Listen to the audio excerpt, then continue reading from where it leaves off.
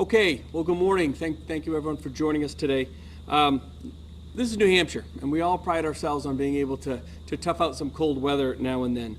But with the wind chill forecasts really predicted to go below negative 40 degrees in terms of wind chill, virtually all across the state, what we're likely to encounter over the next 36 to 48 hours is going to be really unprecedented. It really is something that we're taking extremely seriously statewide. These temperatures can truly become life-threatening in a very short amount of time. At negative 30 degrees, hypothermia can set in just 10 minutes, and we know it's going to be even colder than that across the entire state.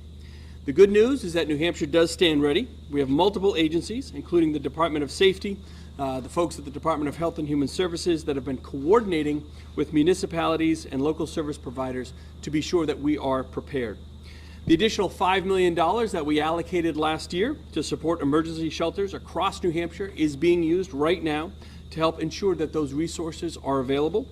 Should you or your family or your neighbor find yourself in need of some sort of temporary warming or sheltering situation, we encourage everyone to call 211 or they can go online to dhhs.nh.gov to find out where the 18 additional emergency shelters are located across the state.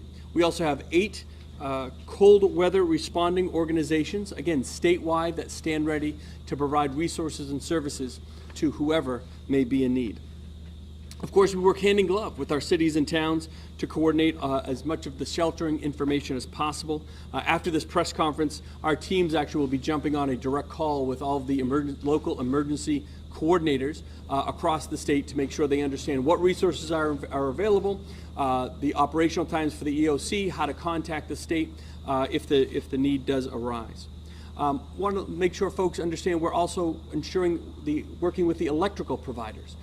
With these high winds could come power outages, and getting that power on, restoring heat to citizens as fast as possible is going to be absolutely critical. And so we'll be working with all the different utilities across the state to make sure that they stand ready to respond as rapidly as possible.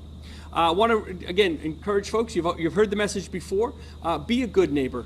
Check in on your family members, check in on folks that might be elderly, check in on folks that might have some additional needs or resources, especially during this it's a tight window, but it's going to get so extreme so fast. We don't want anybody to be taken by surprise. And I think from that community level, live free or die spirit, making sure that we're all checking on each other is going to be a really important resource and tool in making sure that we all come through safely.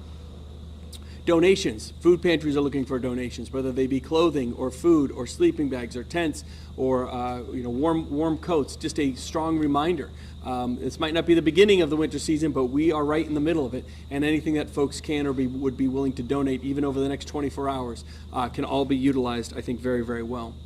Outdoor activities. We have Jay's here from the Mount Washington Observatory, and he's going to talk a little bit about what the observatory is seeing. It's one of the premier weather stations on the planet, and we're so grateful and fortunate to have a resource like that. But when it comes to outdoor activities, there's virtually nothing that folks shouldn't be very wary of. It's not just hiking in the Presidential Range in the winter. It's not just going for an extreme hike or an extreme activity. Even just being outside for 10 to 20 to 30 minutes can become very dangerous very fast in this 36 to 48 hour period. So we really want to encourage everyone to curtail their outdoor activities as much as possible. Be smart, be safe, and be prepared more than anything else. At this time, I'm going to turn it over to our Director of Emergency Services, Rob Buxton. Good morning. Thank you, Governor Sununu. Good morning. I'm Robert Buxton. I have the privilege of being the Department of Safety's Division of Homeland Security and Emergency Management's Director. As extreme cold temperatures move across New Hampshire on Friday, it's important that residents and visitors be prepared. Please stay informed, sign up for New Hampshire alerts, and monitor your local weather stations. Make sure your family has an emergency plan. Make sure you have a winter emergency kit that has approximately 3 days worth of supplies in it, including blankets, flashlight, and extra batteries. If you must go outside, please make sure that you're clothing yourself in layers, loose-fitting layers, so that you have that extra airspace to help insulate you.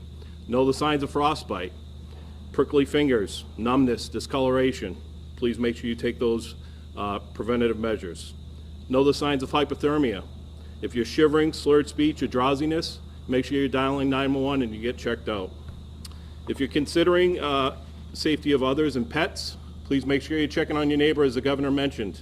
If you have concern, please notify your local law enforcement to do a welfare check. Or if you feel they're in danger, please dial 911 directly. New Hampshire residents can find more information on readynewhampshire.gov.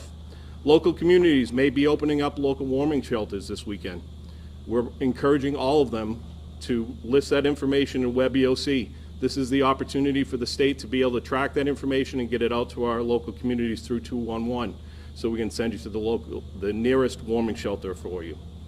Our agency is very thankful the support of the Department of Transportation, the Division of Emergency Services and Communications, and you'll note that we've put an extended messaging up Route 93 into the White Mountains to encourage our hiking community to try to curb their activities through the weekend as we see these extreme temperatures. This is a teamwork approach to make sure we get the information out to those communities and make sure we're safe throughout the weekend. Thank you.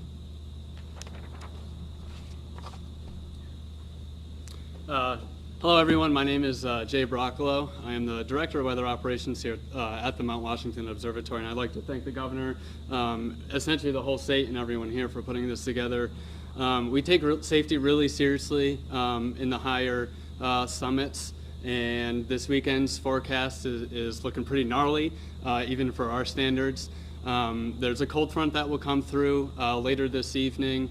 That will bring a little bit of snow, but heading into Friday morning, temperatures will be dropping 20 to 30, possibly 40 degrees into Saturday night.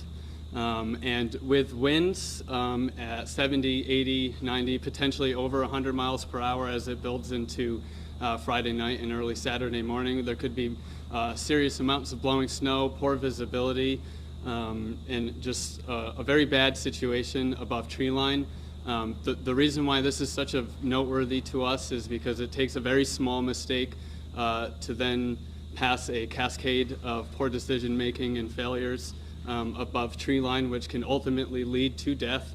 It has happened many times before above tree line, but it can really only take you taking a glove off, and then within a minute your fingers are almost unable to move because your body has pulled the blood away from your fingers.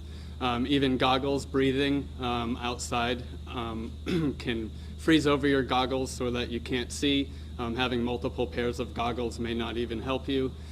So it's a really dire situation. None of the buildings in the higher alpines are open. They are all closed. They are not there for respite. They are there for people to run the weather observations and keep the buildings in operation.